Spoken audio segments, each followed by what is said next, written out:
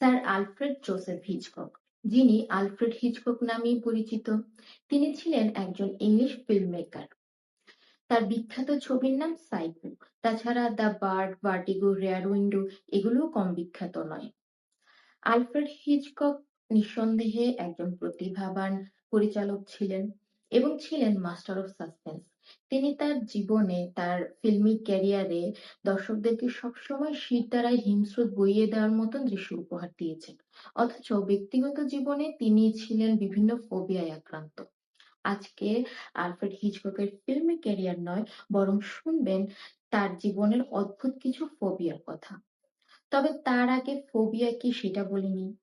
Phobia হলো কোনো নির্দিষ্ট বস্তু, পরিস্থিতি বা কার্যকলাপের প্রতি তীব্র অথচ অযৌক্তিক ভয়। এটি একটি অ্যাংজাইটি ডিসঅর্ডার। সাধারণ ভয়ের চেয়ে ফোবিয়া খুব বেশি মারাত্মক এবং শক্তিশালী হয়ে থাকে। তার কারণ, সাধারণ ভয়ের একটি যুক্তিযুক্ত কারণ থাকতে পারে, কিন্তু ফোবিয়া কোনো যুক্তি মানে না। এবার ফিরে আসি পরিচালক আলফ্রেড হিচককের ফোবিয়ার কথায়। আলফ্রেড হিচকক ডিম ভয় পেতেন। হ্যাঁ, ঠিকই শুনেছেন। যেই ডিম আমরা খাই সেই ডিমের প্রতি ছিল তার তীব্র ভয় এবং বিতৃষ্ণা। এই ভয়ের নাম ওগোফোবিয়া।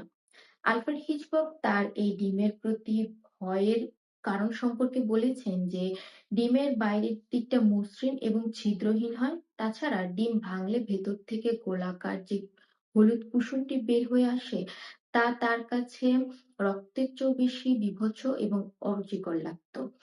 আলফ্রেড হিচককের কাছে রক্তের রং প্রাণবন্ত লাগলেও ডিমের কুসুমের যে তরল হলুদ অংশটা, সেটা খুবই বীভৎস লাগে। সেই অংশটা দেখলে তার বমি বমি লাগতো।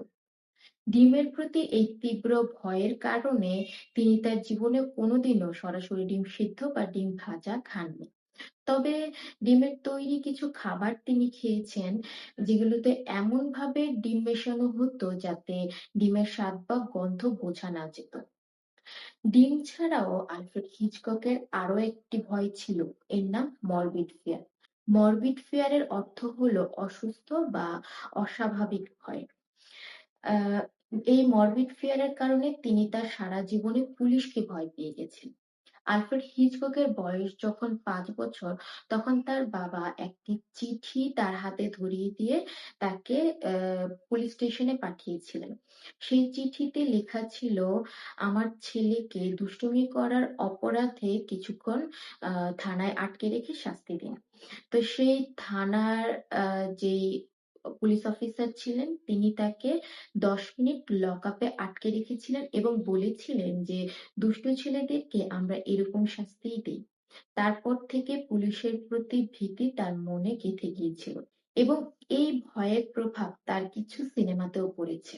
তার মধ্যে একটি হলো রংম্যান। আজ এই পর্যন্তই। কেমন লাগলো আজকের গল্প জানাবেন। অন্য কোনো দিন আবার দেখা হবে অন্য কোনো নতুন গল্প নিয়ে। ভালো থাকবেন সবাই।